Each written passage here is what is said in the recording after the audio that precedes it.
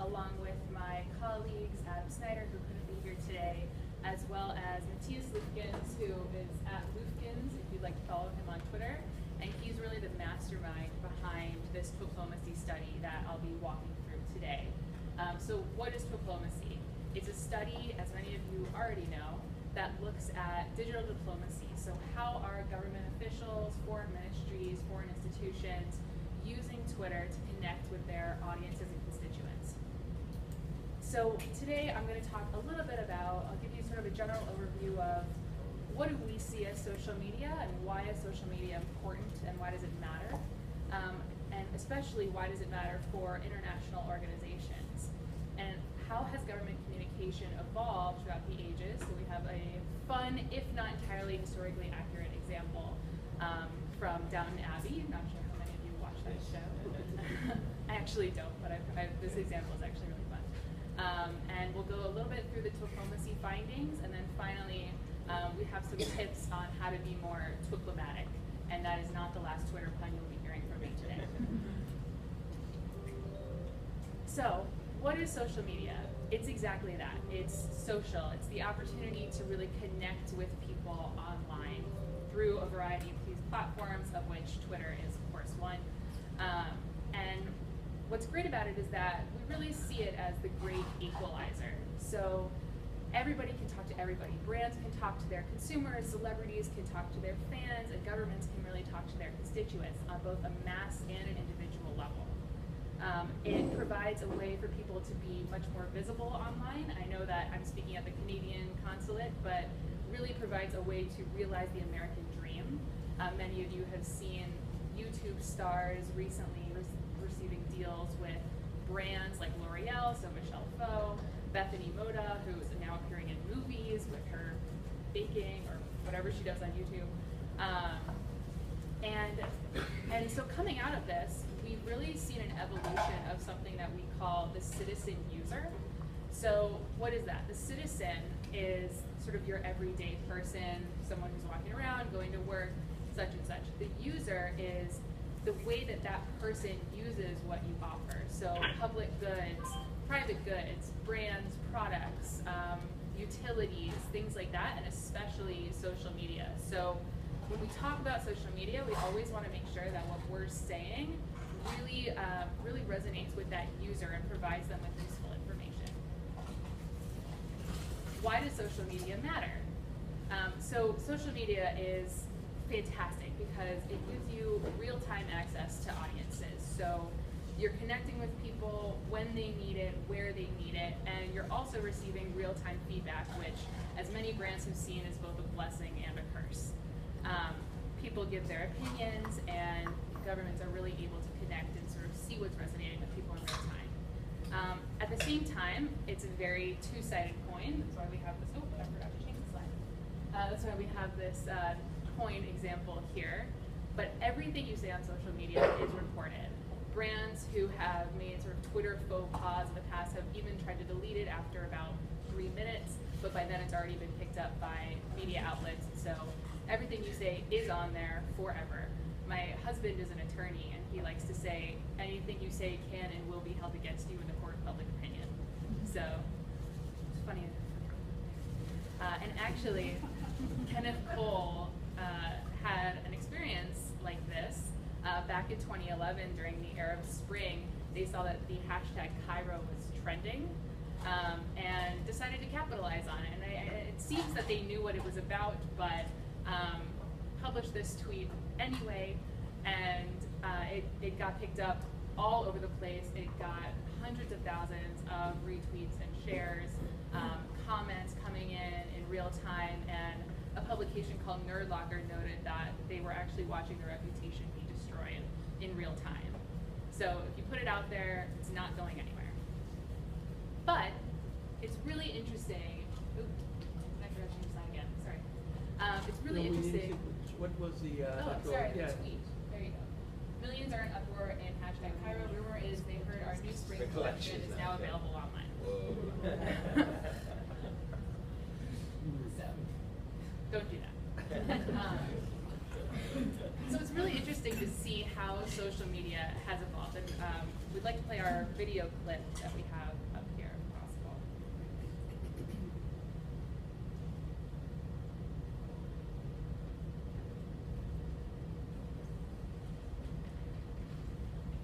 Did you see that the King is going to speak on the wireless? It was in the paper today. Don't be silly. No, it's true. For the opening of the British Empire exhibition.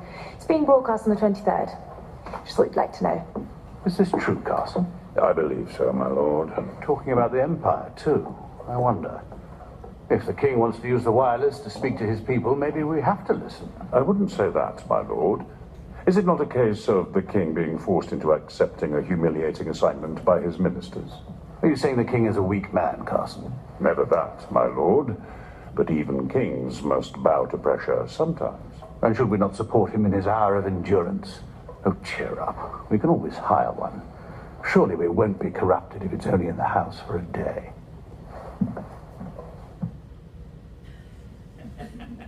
So as you can see, in 1924, not sure how accurate this is historically, but theoretically, people were very hesitant about even allowing the common folk to see that the king was a real person. So this sort of evolution from where we were, where people didn't even want the king to speak on the radio because, God forbid, people didn't see him as this sort of godlike figure, to now when we'll go through examples of royals and governments using platforms like Twitter regularly and even often, and sometimes too often. It's really been a huge evolution. So what have we seen here? Prince Haakon of Norway is actually a very prevalent, prolific Twitter user. He's great at really showcasing what he's doing, where he's doing it, who he's doing it with. He shares a lot about his family life, his work with charities, and it's really this sort of great example of a future king and a monarch, essentially, showing himself to his people. And this is actually a funny story about the Prince of Monaco. As many of you know, his mother was Grace Kelly, and when she married the Crown Prince of Monaco, she was reviled and had to experience a lot of outrage among the people for her acting career, which was considered by many to be a very sort of lowly and common thing, that she actually had to work and come out there to the public. But the Prince of Monaco now is on Twitter announcing that the lineage is being continued, showcasing his charity work, publishing pictures of him meeting with Nelson Mandela, and just basically showcasing his commitment to Greater Europe. And even getting more social, the King of Belgium participated in the ALS Ice Bucket Challenge recently. For those of you who don't know, the Ice Bucket Challenge is a social media effort started by the ALS Foundation, and ALS is a bad disease, and so the point of this campaign was really to raise social media awareness for it. And so this example really showed how social media is getting royals involved and sort of having them participate from the bottom up and show people that they're real too. And just another example from the Ice Bucket Challenge, Prince Albert of Monaco actually nominated the Prime Minister of France as well as Prince Haakon from Norway to participate. Not sure if they actually did, but worth looking into. And sort of on the flip side of the coin, the King of Spain, former King of Spain, actually abdicated over Twitter following a lot of outrage generated by a picture of him shooting an elephant, or having shot an elephant, which went viral. It caused a lot of people to get really sort of upset, and thus he announced his abdication over Twitter. So showcasing not only Twitter's ability to sort of generate this sort of mass emotion and support for a cause, which we saw earlier with the Arab Spring, but also that royals and governments are using Twitter to make really important announcements. And going back to Twitter's capacity to really generate this kind of mass support, Queen Rania of Jordan will typically talk about causes that she's really involved with on Twitter and try to drum up support in that way. And she'll do this by aligning herself with a particular hashtag. Hashtags are a great way on Twitter to align yourself information and see what people are saying on a particular topic. And we can talk more about that later. And finally, another way to do this, another good example is the Pope. The Pope actually has accounts in 9 different languages, and through all of them, he talks to his followers about causes he wants them to support, what he's doing, human rights, and basically Christianity taking a stand on really important issues. And the Pope is actually a very, very prolific tweeter. And then just to sum up, because the butler in Downton Abbey was so upset about the king speaking on radio, we have to apologize to him now because Prince Harry is tweeting.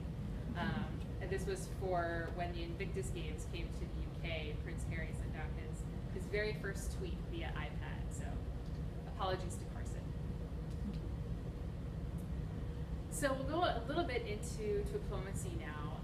The study covers governments, heads of states, financial ministers, NGOs, and how they're using digital diplomacy to connect with people. And the key point that I really want to get across here is that it's not just about the number of followers that you have. Having a lot of followers is great because it'll expand your reach, but you want to make sure that the people who are following you are people you want to be following you. So not spam accounts, people who are really interested in what you're doing and are really relevant to the content that you're publishing. So we'll explore a little bit on that. The Twiplomacy study is actually 930-ish pages. It's definitely worth taking a look at. It has some great content in it, some very shareable sort of tidbits that you can take screenshots of, but we would ask that you consider the environment before printing this document. So Twitter, over the past 5 years, has gone from being something that very few governments and very few officials use to being almost an essential tool in their tool set of communicating with their audiences. It allows citizens direct access to their leaders, so people are able to @message anyone, and an @message is where you can send a sort of a direct link to somebody or a direct message via Twitter. And it really goes back to this idea of the citizen user. So you can communicate with your citizens and communicate directly with them and talk about how they can use the information that you're trying to provide. So while many governments use Twitter to promote official news, events, policies, charity work, etc., many leaders are actually engaging with their constituents via the platform more personally and really showcasing themselves on a much more personal level, showing their family, showing what they're doing. So we'll take an in-depth look at how these people are using Twitter and how it has evolved. So 84% now of all governments have a presence on Twitter. This is a huge number. This is up from 77% a year ago. But what's really exciting is literally out of all the governments, 84% of them are on Twitter. That means that the only ones that aren't on Twitter are the governments that are still in the dark ages, like America. Though America is on Twitter. I meant that to be true. 130 heads of state and government are on Twitter. And considering the fact that there's only, 195, 196 countries in the world, this is a pretty impressive number. Most of them have leaders that are interfacing with their audiences, whichever way possible, on Twitter. And we'll actually go through and you'll see some examples of some countries, so for example Turkey, who regularly shut down their Twitter accounts or their access to Twitter in their countries, and yet have Twitter accounts themselves. We also see 93 foreign ministries, which is up from 81 a year ago on Twitter, as well as 67 foreign ministers who have a personal Twitter account, which again is up from 54 a year ago. So Twitter continues to grow in these official circles, and it really continues to have this big presence, and it allows governments and their officials to really connect with people and sort of get their jobs done in a whole new way and in a more efficient way than ever before. So world leaders are connected on Twitter in a variety of ways, and this slide shows how leaders are connected to each other and which leaders are the most connected to each other. So we see that the French Foreign Minister, Laurent Fabius, communicates with people on a more private level, but he has 99 of his peers following him. And this is a pretty great number because it shows that he's very connected within his circle. And when we look at this, we'll see that, obviously the numbers decline, but these are all, above 50, which means that a lot of these people are very, very connected. And Twitter's a place where not only, where governments used to connect with each other via hotlines over the phone when they had an emergency or they had something they needed to communicate with each other about, but now they're communicating via Twitter line. So some of the most followed world leaders, the top one is Barack Obama, our US president, followed by the Pope. And what I would just want to highlight here is that this is just followers. So the total number of followers of these accounts, it doesn't necessarily mean that they're the most relevant followers. It doesn't necessarily mean that they are the people that these politicians want to be reaching, but they are, they're just a massive reach. And Barack Obama actually has more followers than the circulation of the New York Times, Wall Street Journal, and Financial Times combined. And we see that a lot of these, the reason that these handles have gotten the following that they have is because the politicians are really using Twitter as a one-way broadcasting tool, which is both good and bad because it allows them to get out a lot of news, and for Obama, it was very heavily used during his campaign. But at the same time, it reduces that sort of two-way communication and the ability to really connect with their audiences on a much more personal and one-to-one level. And so when we look at the most active world leaders, and this talks about the number of tweets that these people are sending per day, we actually see that the Mexican government, as well as just Latin America in general, tends to be the most prolific on Twitter. And of course, 79 tweets a day is a lot, bordering on spam, so we wouldn't necessarily recommend that you tweet that much, but nevertheless, these handles have some really good information on them, and they definitely keep their audiences up to date with everything that's going on, so I would say they're definitely worth taking a look at. We would certainly recommend that. And in general, the study found that Spanish accounts are twice as active as English accounts, for better or for worse.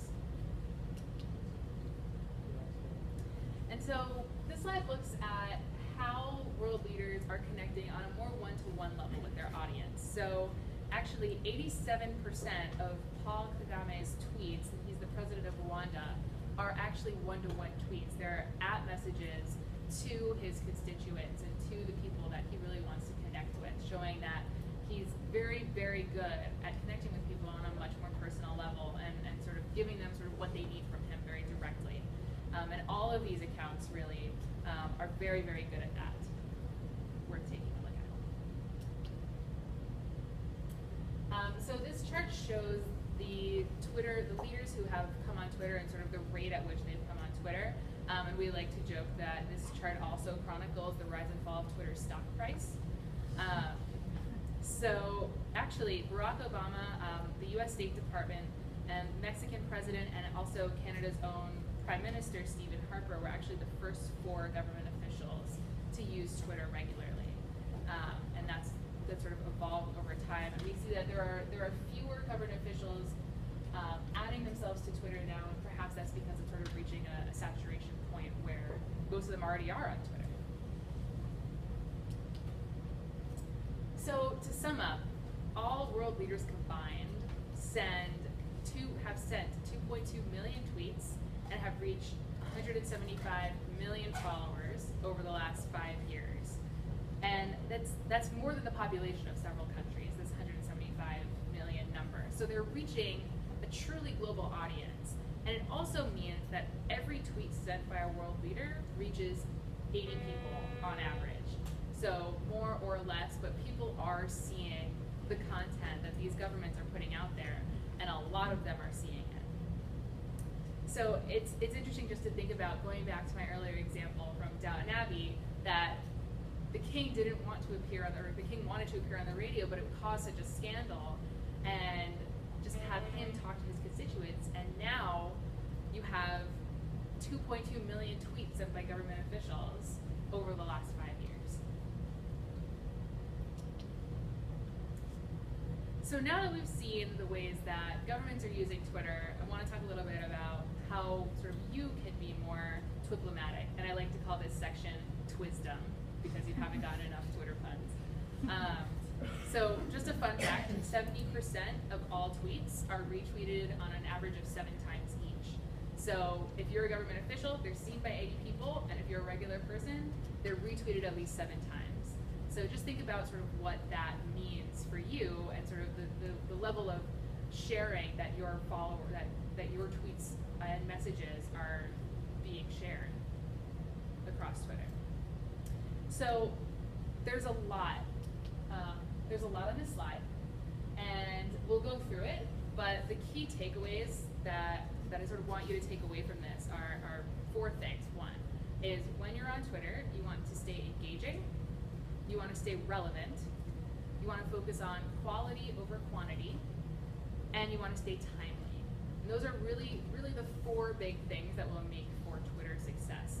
So we say here, a tweet is like a newspaper headline. If it's well written, your followers will click on the link to read more. That's true, but again, that falls into sort of the stay engaging bucket. We really want to hook them in and get them to follow up on additional content. Always ask yourself, is my tweet interesting, relevant, and engaging for readers and followers? And that's sort of a general way, and there are several tools you can use in order to measure this. So hashtags is a great one, where you can see what's the volume on a particular hashtag and how are people using that hashtag before you put it into your tweet, and that can sometimes help you get into a conversation. And we see that a lot at events, actually. Events provide a great way to get on a particular hashtag and get into a conversation stream. Following someone doesn't mean you need to read all of their tweets. Curated Twitter lists can really help for reading, and we'll go into a little bit more of what Twitter lists are and why you should use them a little bit later. The number of followers is irrelevant, it's the quality that counts. Never by followers, we always recommend this.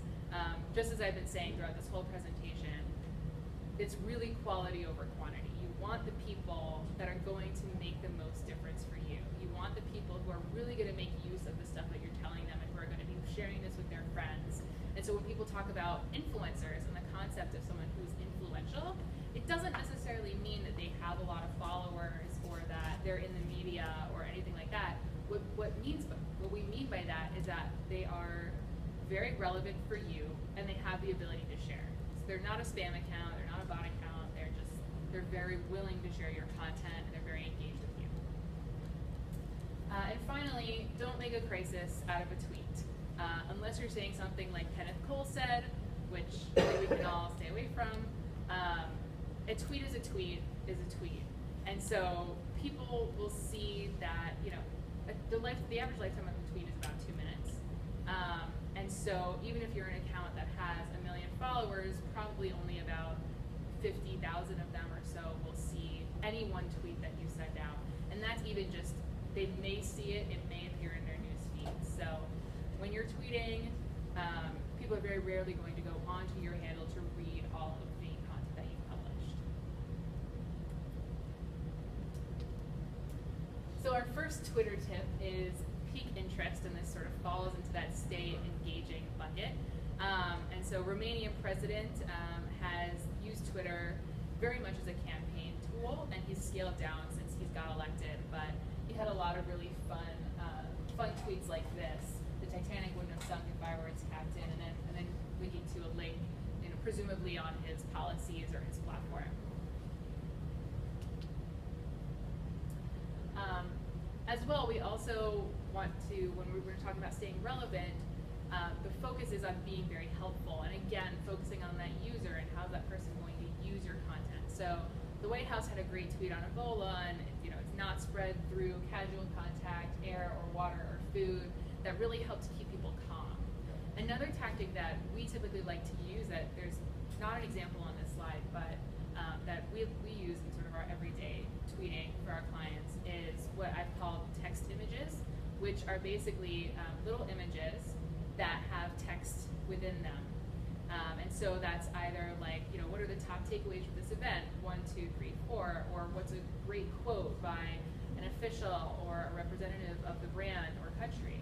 And what it does is allow you to get around the Twitter character count, but still create a graphic that's really shareable. And we've seen people people, it's very highly shareable. People pick it up, people do it all the time. And if you look on hashtag WEF15 from the World Economic Forum, they make very, very prolific use of text images. So a tactic that you consider.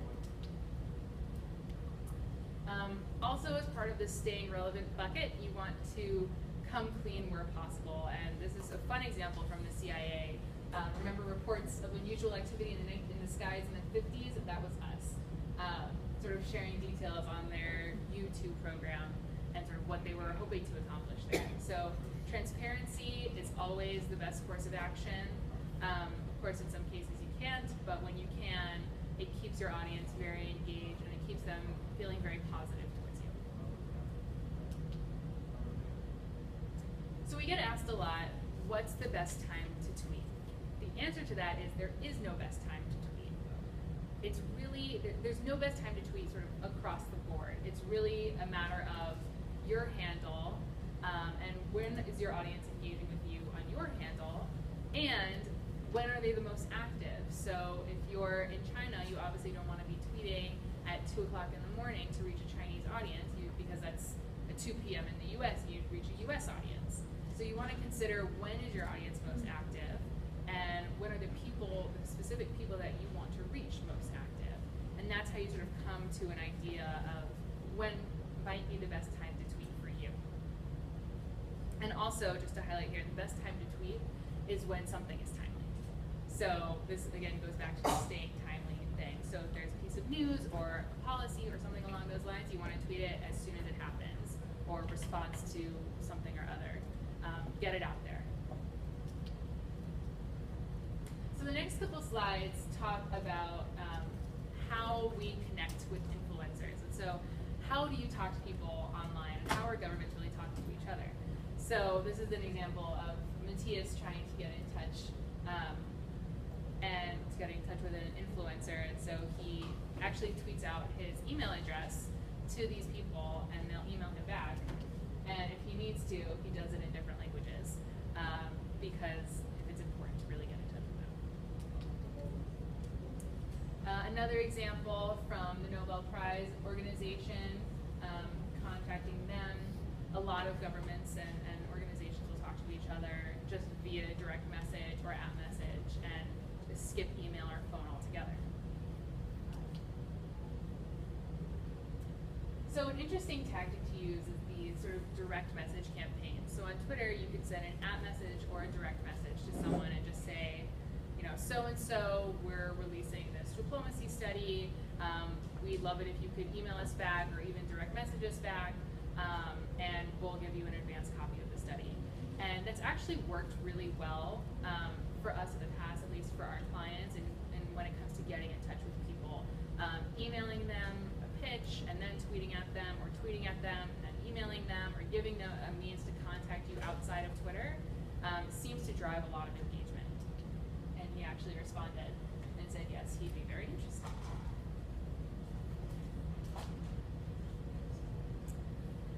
So we're getting back to the concept of Twitter lists. What's great about lists is that they allow you to create a curated list of the people that you follow. So say, you know, you're a government and you follow 200 people online, but every time you go into your Twitter feed, you don't want to be overwhelmed by all the accounts you see there, and you don't have time to scroll through all those updates. We found that Twitter lists are a really great way to sort of curate, so you can basically separate all your followers into different categories, and then go into those lists and look at tweets only from those people. So it's a great way to really see, you know, what people are doing within a certain category and the followers there. And actually, lists is a great way to sort of build your credibility as a user on Twitter, because people will go in and see what lists you've created and follow the lists that you've created. So a lot of media outlets do this. If you look at Fast Company, they're very well known for their lists of designers and architects and tech people. So definitely worth taking a look at.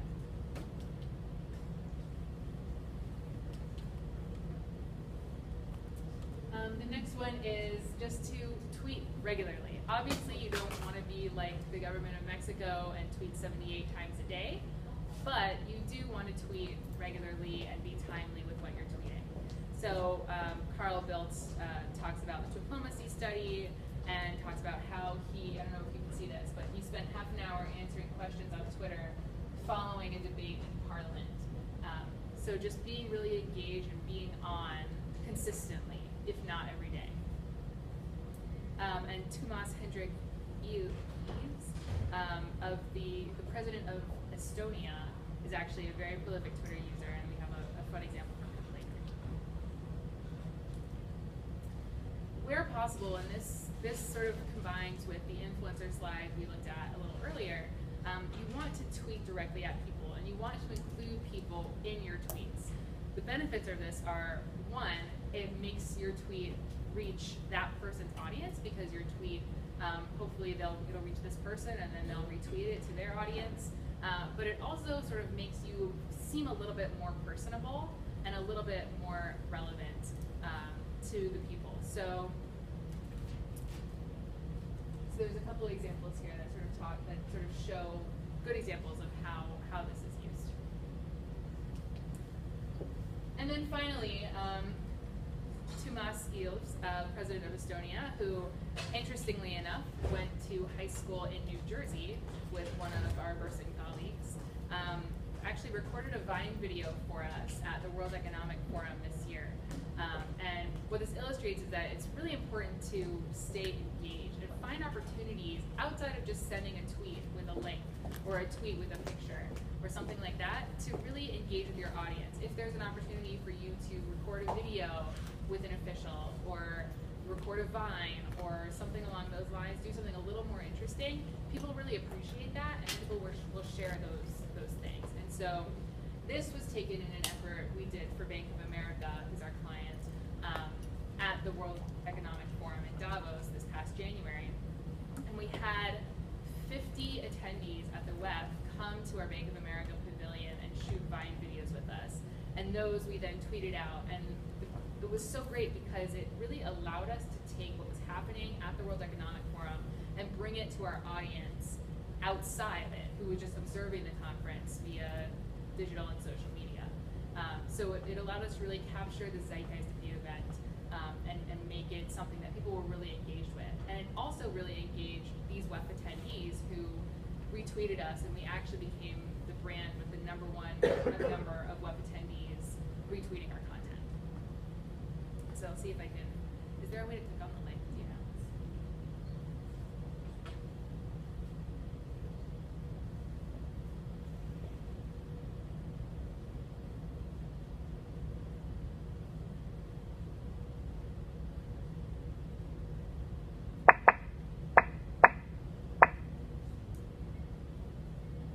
That's okay, we can send the link around later. But just an example of him speaking. I think his topic was just sort of, why is it important, the World Economic Forum, and what is he doing there in 6 seconds. If you want to read it. And so that about sums up the presentation. I'd love to take questions if anyone has any.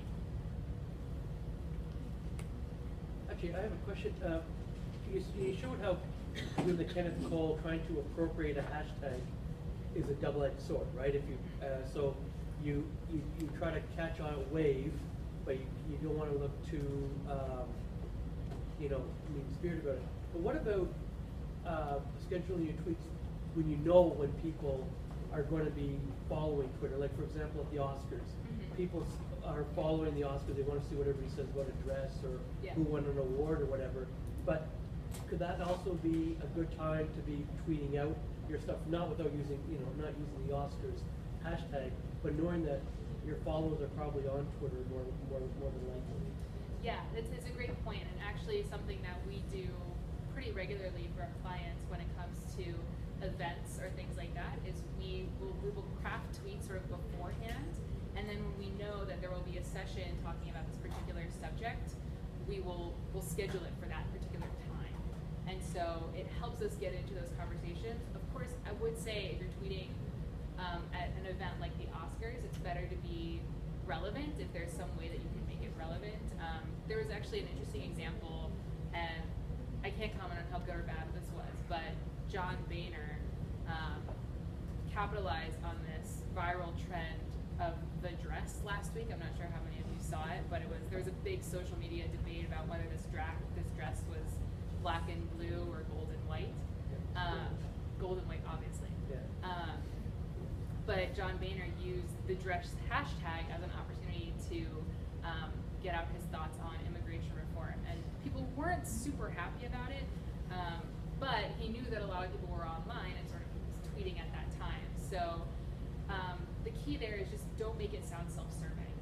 As long as you are sort of keeping it to a high level and keeping it interesting and sort of not sounding too self-promotional, tweeting at times when you know your audience is going to be online is definitely the best thing to do. Yeah.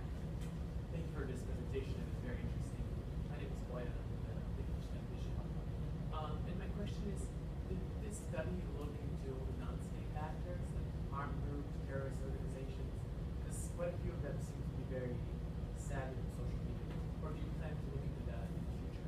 Yeah, it's a really interesting question. I was actually talking with Ula about it earlier, but the study didn't look at that. Right now, it's just focused on governments and sort of their actors. But it's definitely a really interesting question, and I've heard about that from several organizations, even within the U.S. government that I've had conversations with. So perhaps that's the next step for diplomacy.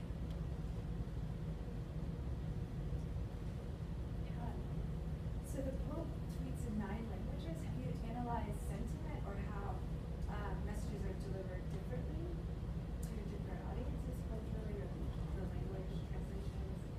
Yeah. Sorry, do you mind just repeating the question for the people on phone? Oh, sure, Yeah. sure. So the question was, for the Pope in 9 languages, have we done any analysis on the cultural differences or how he's communicating? Does that sum it up? Sentiment. And sentiment. We didn't really look at that. It was more just how active he is in those spaces.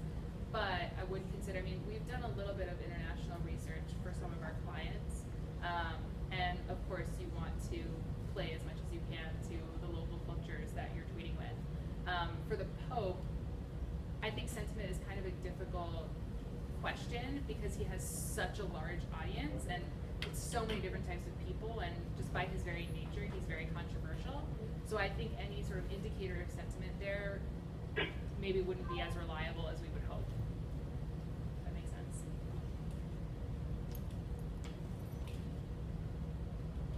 Thank you so much for the presentation. What measures do you use to evaluate the impact of diplomacy among states or domestic? Totally. So the question was, what kind of metrics and tools do we use to evaluate the impact of tweets in diplomacy or maybe just generally? So there's a couple of things that we've used for this. The first is obviously on Twitter itself. So looking at people's followers and looking at going into tweets specifically and looking at who are the actual people who retweeted or favorited or shared this tweet. And it's a very manual process, but it's helped us come up with sort of a quality algorithm that we use to evaluate the impact and the influence of a tweet for our clients. And so we've actually come up with a way to integrate that with a cloud score, like a user's cloud score. And for those who don't know, a cloud score is a very sort of well-known measure of influence taken from a user's full online profile, which you can see at clout.com, and it's KLOUT. So we've combined sort of this quality score and figuring out whether a user is high quality, as in very, very relevant to us, or low quality, as in spam, and combine that with cloud score to see what's the overall impact and influence of this tweet. There's also a good tool called Follower Wonk, which is free, I think, for accounts up to 100,000 followers. And above that, it's very cheap. But that helps sort of analyze an audience space, and it'll tell you what are the biggest keywords in their bios, and what gender are they, and where are they around the world. And so that's a great tool to sort of analyze where they are and sort of how your audience base has evolved. And I'd be happy to talk about that more. We have a question from our colleague at our consulate in Los Angeles. This question is there any data that shows if heads of states are connecting to each other via direct message Okay, so the question is there any data that shows how heads of state are connecting with each other directly? It's difficult to show that. We've seen within Twiplomacy that they definitely are connecting with each other, and those few examples that I showed in the connecting with influencers slide showcase that, but unfortunately because direct messages are private to the user, there's not really a way for us to show how that's happening, but we can probably go back and take a look at messages and sort of the public tweets and see how they're connecting. Yes. May I just ask how many government clients you have that you tweet for or directly evaluate? Yeah, it's an interesting question. I'm